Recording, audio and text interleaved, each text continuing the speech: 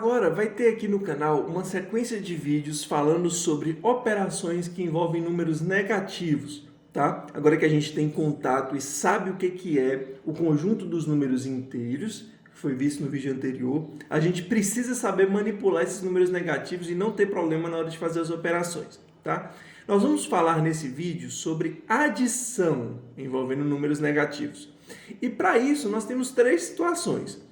Ou eu vou fazer a adição de um positivo com um negativo, ou de um negativo com um positivo, ou de um negativo com um negativo, certo? Nós vamos falar sobre essas três aqui e ver como é que funciona a adição nesses casos. Vamos lá, primeiro, positivo com negativo. Eu coloquei aqui um exemplo.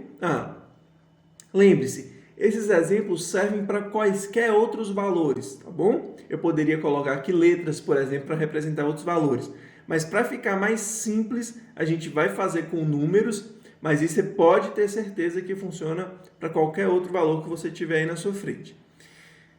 2, um número positivo, mais, que é uma adição, um número negativo, menos 3.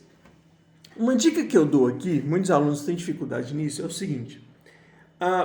Enxergue, pelo menos nesse início, para que você aprenda, enxergue os números positivos como saldo e enxergue os números negativos como dívida, tá bom? Isso vai facilitar muito a sua vida aqui. Por quê? Pensa comigo. Você tem um saldo comigo de R$2, certo?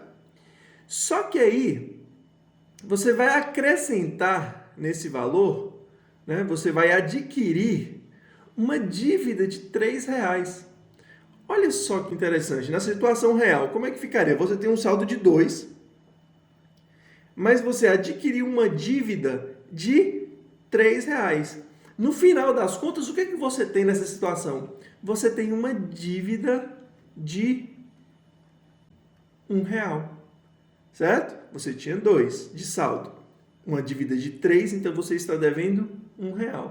Próximo, negativo com positivo. Vamos lá, aqui a gente tem menos 3 mais 2, certo? Agora a gente vem enxergando da mesma forma. Você tem uma dívida de R$3 e aí você tem R$2 na carteira de saldo para poder pagar essa dívida. O que vai acontecer ao final? Você vai continuar devendo, porém você vai dever R$1, certo? Fácil essa relação, né? E quando eu tenho negativo com negativo, olha que bacana. Você está devendo R$3 para alguém.